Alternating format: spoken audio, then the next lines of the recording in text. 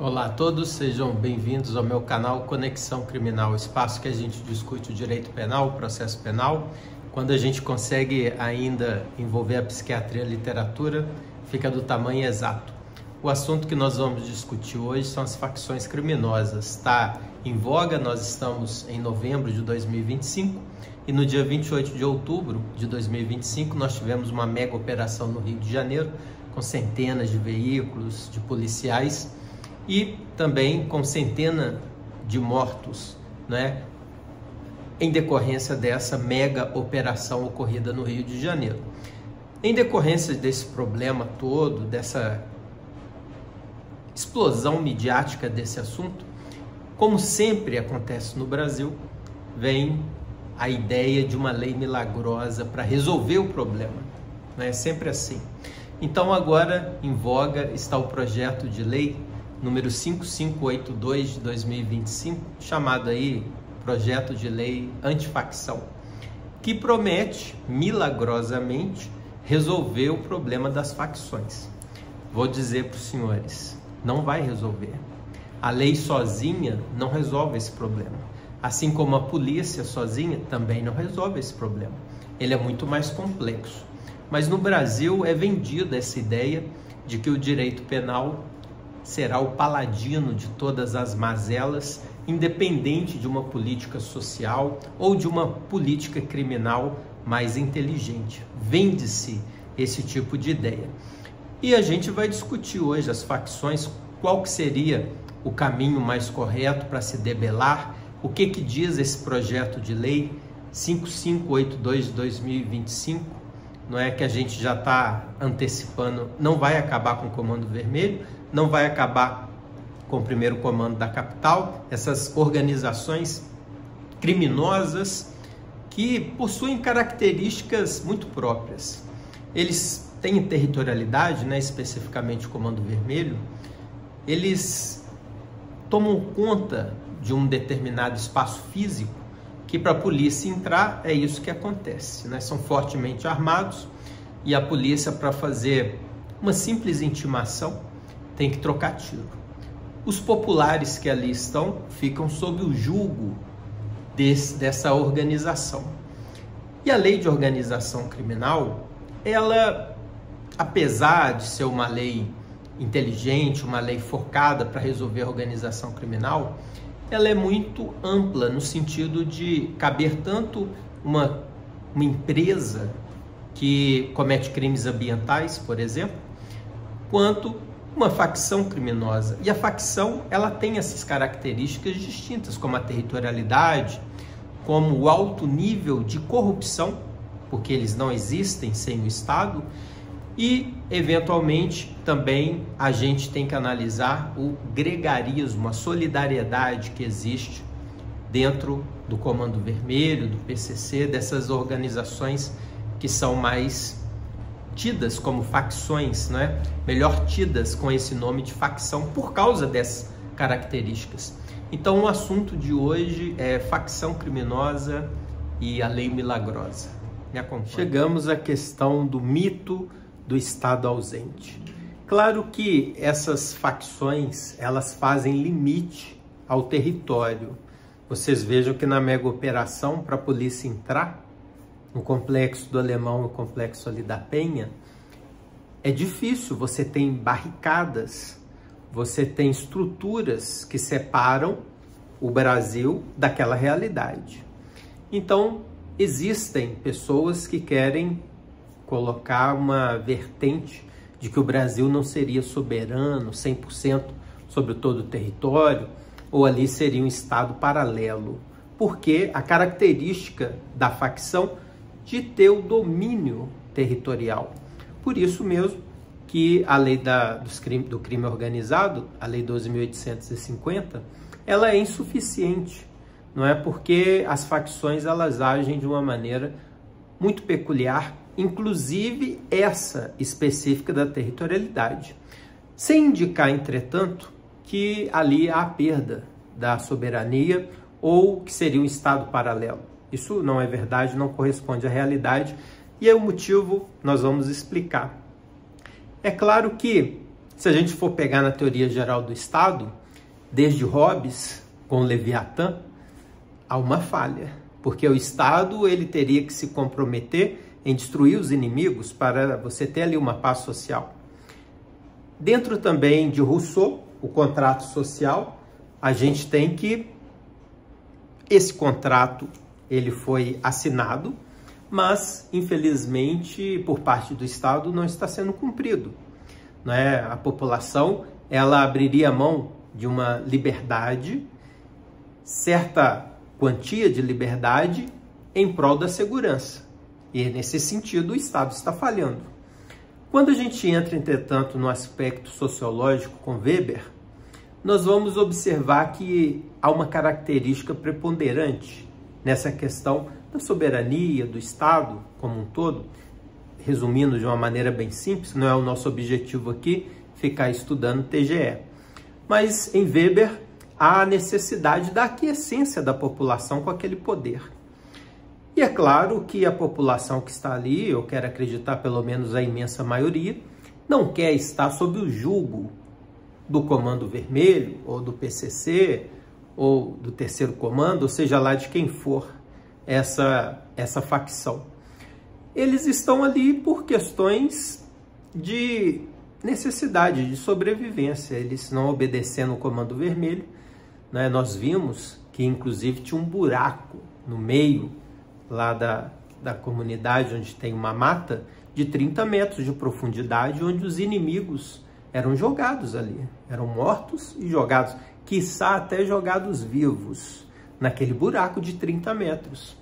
É claro que a pessoa vai obedecer o Comando Vermelho. Ali atrás da barricada você já não tem como ligar para a polícia, não é? O oficial de justiça não consegue ir para intimar a pessoa, a polícia para entrar tem que trocar tiro.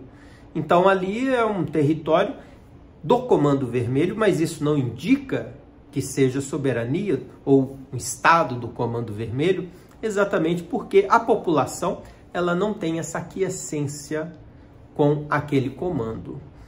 A motivação do Comando Vermelho é algo também que a gente precisa debater, porque dizem, não é, de uma maneira simplista, que a motivação desse crime do tráfico de drogas com o Comando Vermelho seria simplesmente financeiro.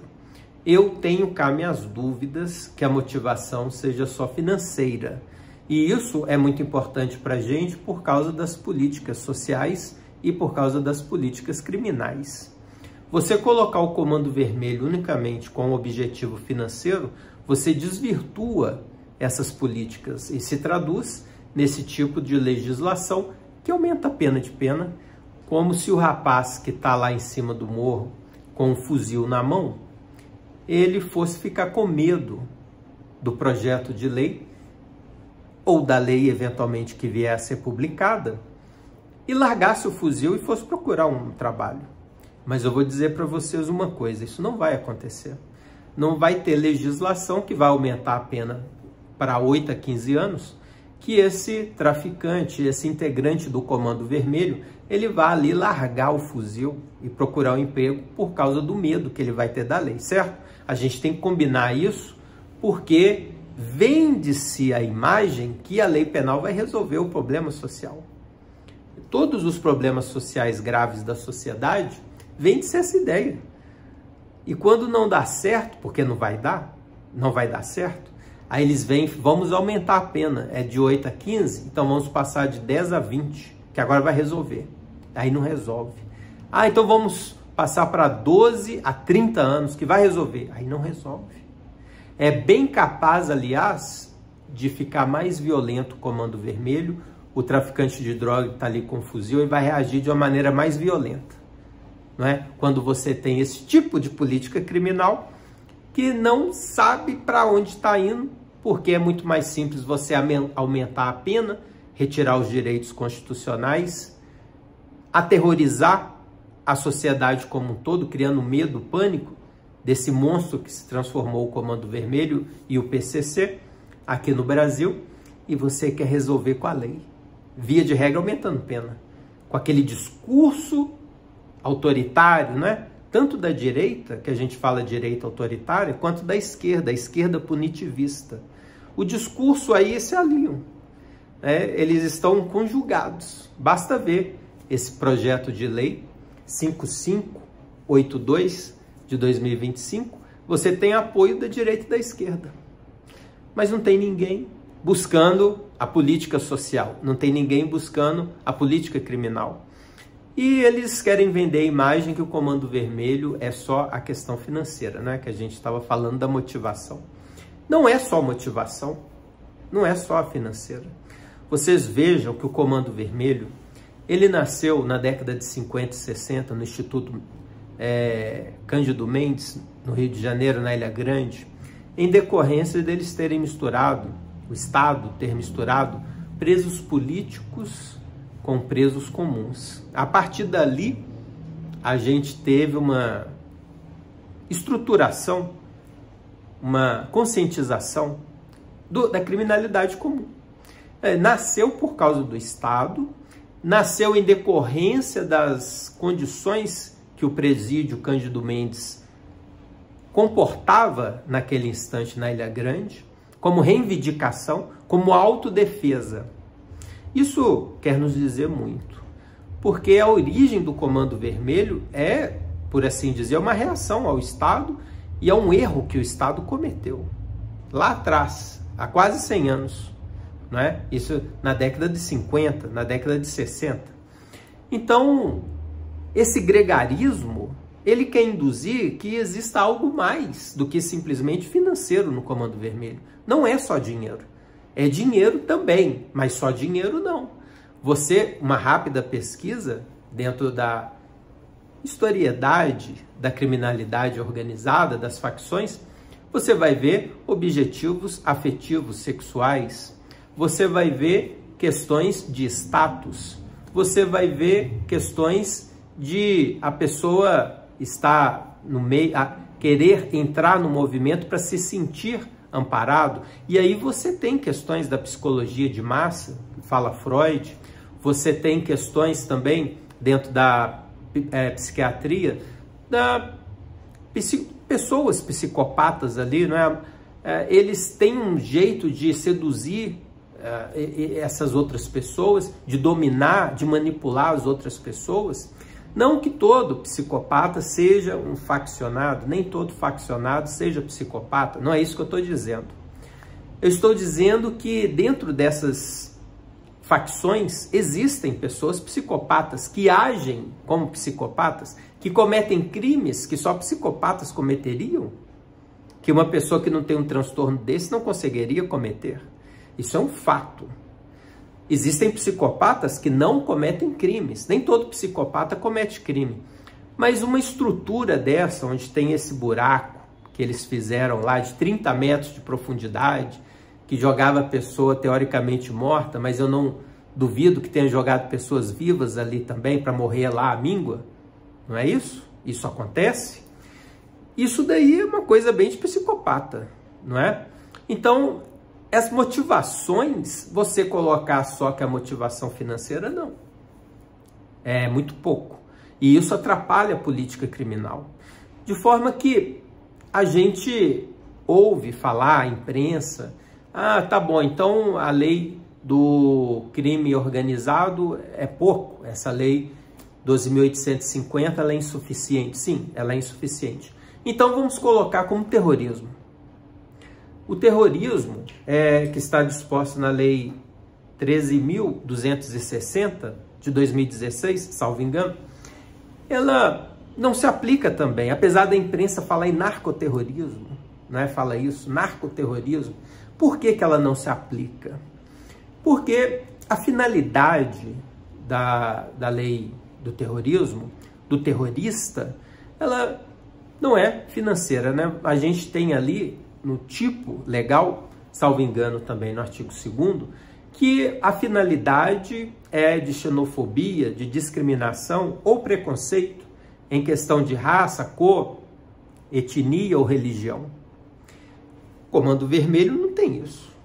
A motivação podem ser muitas, como a gente tem apontado aqui, mas xenofobia, discriminação por raça, etnia, cor, religião.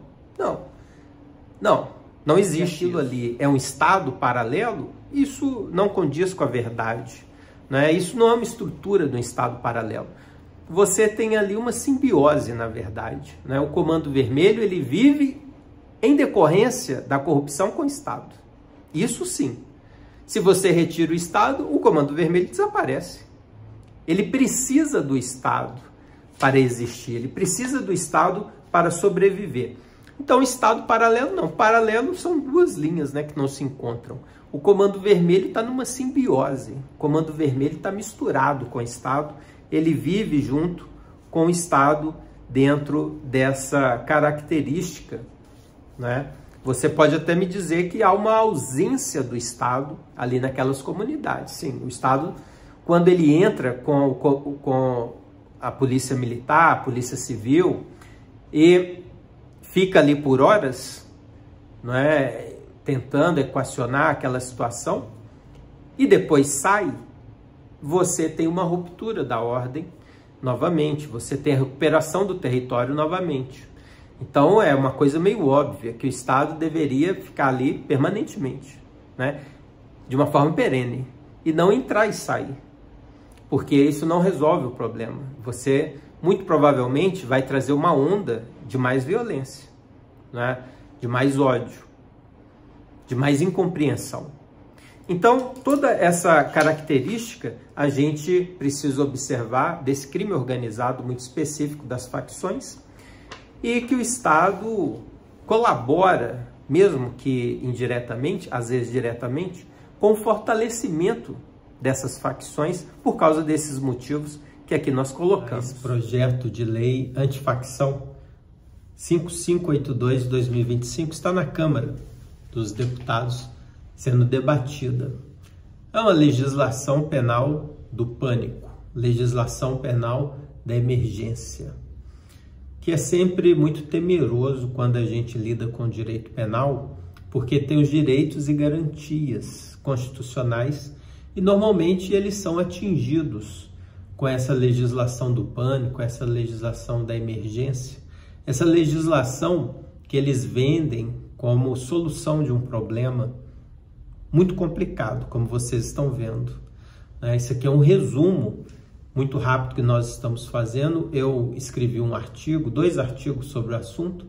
Eu vou colocar o link aqui na descrição do vídeo para quem quiser aprofundar, poder ler esses artigos. Assim que sair, eu coloco. De forma que é complexo, né? A gente tenta simplificar, mas é um mundo muito complexo. E essa legislação do pânico, que vem para resolver esse problema complexo com uma lei só, ela, evidentemente, que tem suas características de devaneio. A principal delas, que me chamou mais atenção, foi o fato do réu ser absolvido, e mesmo sendo absolvido, ter a perda de bens. Olha, se a pessoa foi absolvida, como é que você vai tirar os bens da pessoa? Isso é algo incompreensível. Eles estão colocando o artigo 144D desse projeto de lei com essa característica. Então você tem uma lógica muito comum hoje no Brasil, dessas legislações modernas que são feitas, entre aspas, né, que são feitas para angariar votos, com uma inversão probatória, chamada aí prova diabólica. Não é o Ministério Público que tem que provar que a pessoa é culpada. É o réu que tem que provar que ele é inocente. Se ele não conseguir provar que é inocente, ele é culpado. Então inverte-se uma lógica. E agora houve um avanço. Quer dizer, mesmo ele provando que é inocente, você vai ter perda de bens, porque dependendo da absolvição não serve. Se não ficar muito claro que ele é muito exageradamente inocente, não vai servir, ele vai perder os bens. Não faz sentido. Isso é uma afronta aos princípios constitucionais, no mínimo, porque não faz sentido nem mesmo dentro da lógica. Você tem infiltração por colaboradores. Não é o policial, não, que a gente já tem essa estrutura da infiltração policial. O que nós temos agora é o X9, não é? Assim conhecido na gíria. Ele é o colaborador da polícia, então ele vai ter um resguardo. Mas essa pessoa, a discussão da ética, não pode ser tida como confiável. Você tem um problema aí de prova, você tem um problema da custódia da prova, você tem um problema de inimizades dentro desses grupos, as inimizades de morte, né? De matar, mentir é o mínimo, distorcer os fatos aqui, como fazem os narcisistas, como fazem os histriônicos, como fazem os psicopatas, os borderlines, que eles distorcem a realidade. Isso aqui é o mínimo. Isso é o mínimo que vai acontecer. E você dá voz guarita a um X9, a um delator, colaborador, como queiram falar, é você dar murro em ponto de faca. É você estabelecer uma probabilidade do Estado ser usado como mecanismo de vingança, né, dos inimigos particulares. Retenção massiva de dados. Eles querem criar o Banco Nacional de Facções. Isso é um exemplo perfeito para a teoria do labeling approach, a teoria do etiquetamento. A pessoa que entrar nesse banco aqui nunca mais vai sair, né? Esse dado nunca mais vai desaparecer. E os crimes que ocorrerem vai ser jogado em cima dele. Então, é um exemplo perfeito da teoria do etiquetamento, né? De você etiquetar a pessoa, colocar um lastro aqui, e a consequência a gente já sabe, a pessoa que é tratada assim pelo Estado acaba correspondendo à expectativa do Estado. Então, só vai piorar o quadro. Quer dizer, é uma situação que você, mais uma vez, inverte o quadro, né, da presunção de inocência invertida. A pessoa ela vai ser colocada como previamente culpada porque está nesse Banco Nacional de Facções. Então, é o velho performismo que a gente tem na mídia, que a gente tem dos políticos, né, vendendo a ideia que vai aumentar a criminalidade, ou estruturas como essa, flagrantemente inconstitucionais, explicitamente feitas à pressa, sem discussão, sem ouvir a sociedade, sem ouvir a OAB, sem ouvir juristas, sem ouvir os penalistas, não colocando em crítica. Dentro dessa força de terror que é jogado dentro da sociedade, uma lei dessa passa para demonstrar força, mas o que significa realmente é a fraqueza da Constituição, a fraqueza dos direitos e princípios constitucionais, porque isso aqui é uma ilha da fantasia, não resolve nada essas normas que aqui estão sendo debatidas, e a única consequência dessa legislação criminal de emergência será a destruição dos princípios e das garantias constitucionais. Chegamos então ao final de mais um vídeo. Mas você vai me perguntar, mas só criticou a lei e qual que seria a solução?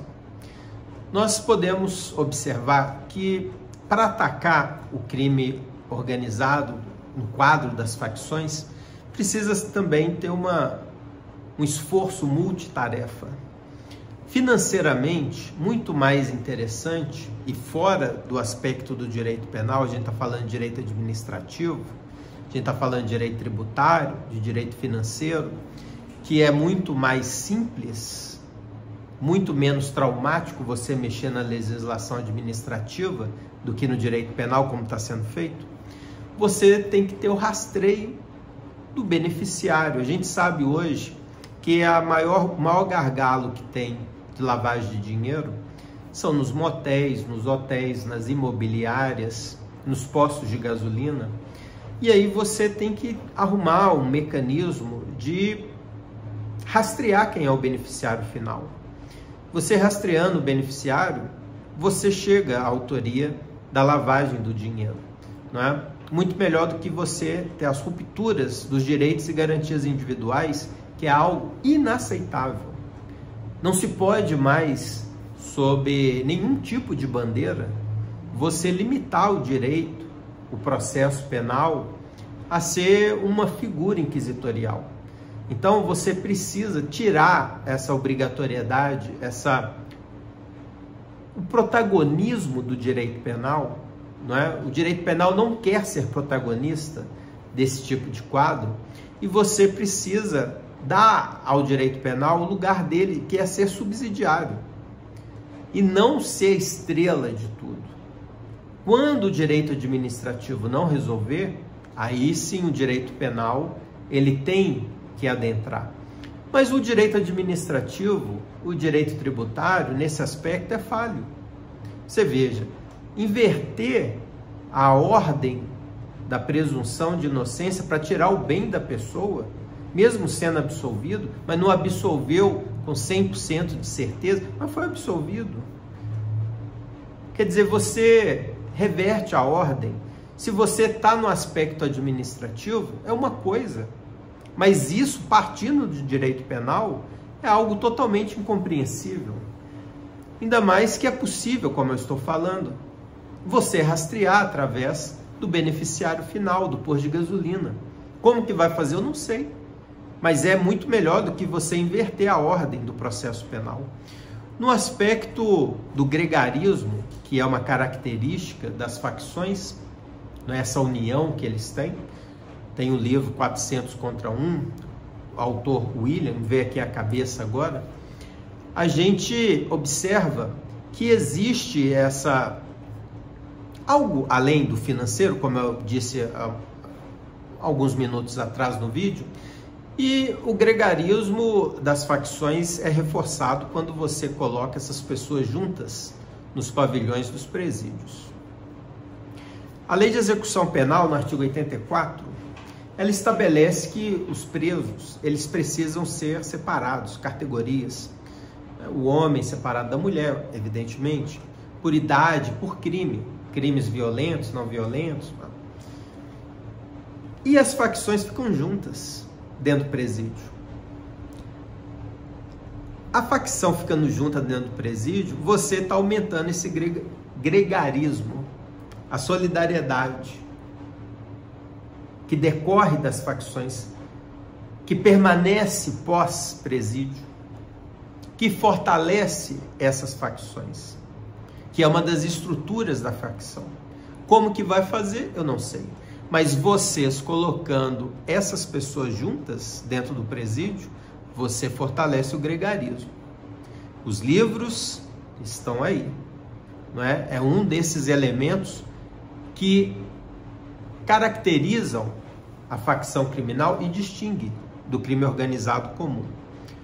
Num aspecto territorial, é óbvio que o Estado ele precisa ocupar. Veja bem, a polícia sozinha não dá conta de resolver isso. Isso é um problema que o Estado, a União, o Estado, o município, precisa intervir. Quando a polícia sai, o Estado precisa permanecer. Só a polícia não basta. Você tem que ter escola, você tem que ter posto de saúde, você tem que ter pavimento, você tem que ter serviço sanitário, você tem que ter toda essa estrutura de Estado. Isso tudo é abandonado, né? As pessoas que moram ali no complexo não têm serviço de carteiro. A internet ela é dividida em decorrência da autorização do comando criminoso. Veja, se isso daí não for combatido, o problema da facção não vai acabar. E você me dizer que a lei vai resolver esse tipo de problema da territorialidade, não vai. E não é preciso você ser jurista para você descortinar que falta a atividade do município, do Estado e da União dentro dessa territorialidade. Só a polícia fazendo incursão de tempos em tempos, ou essa legislação, isso definitivamente não vai resolver. Fronteira, veja bem, o fuzil que eles estão usando, a droga que eles vendem, porque há também o comércio, evidentemente, das drogas, evidentemente porque eles ganham também dinheiro com o comércio paralelo, com o gás, com a internet, com essa variedade de serviços, né, que a gente mal sabe o que acontece ali dentro. Mas o fato que a produção da substância entorpecente não é feita ali. Então vem das fronteiras marítimas, das fronteiras territoriais. Tem um problema. Se você tem a apreensão de 150 fuzis, entrou pelo território brasileiro essa quantidade. Não foi produzida no Complexo do Alemão, nem foi produzida no Complexo da Penha. Não é isso? Então, você precisa tratar dessas fronteiras e dessas políticas de armas de uma maneira mais séria. De qualquer maneira, a minha grande preocupação é com o garantismo penal, né? Com as garantias do processo penal, com as garantias do respeito rigoroso com a cadeia de custódia das provas para evitar injustiça. Já é uma situação muito complexa, essa que nós estamos debatendo. É muito difícil você debater, você estudar, você ler as notícias dos jornais, é muito pesado.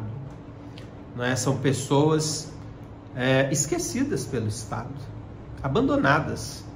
E é um grito de socorro mesmo, quando a gente vem falar, a gente vem pedir, é porque incomoda. Incomoda mais ainda quando joga toda a responsabilidade no direito penal, como se isso fosse resolver. Só que, infelizmente, eu tenho que dizer, não vai resolver. O histórico que nós temos dessa legislação do pânico, a gente pode começar dando exemplo com a Lei dos Crimes Hediondos, que decorreu mesmo da atriz Daniela Pérez, em 1990, não é? Caso de homicídio e aumentar a pena. Você falar que os homicídios diminuíram por causa dessa legislação é algo assim, beira o estelionato, não é? Beira, porque você está vendendo algo que não existe. A lei de proteção às testemunhas, essas leis que vêm aumentando as penas diuturnamente, vendendo a ideia de que vai se resolver a criminalidade, a lei da ficha limpa, que veio para tentar equacionar também um problema grave no Brasil, principalmente de políticos envolvidos com corrupção. Essas leis não funcionam, não venderam, quer dizer, venderam uma ideia, mas na realidade elas não modificaram os fatos. Então, o Estado ele precisa agir com inteligência e não vendendo a ideia de uma legislação milagrosa. Eu espero ter contribuído com o assunto, aumentado a crítica. Se você gostou do vídeo, compartilhe, dê o joinha. E por hoje é só. Até a próxima.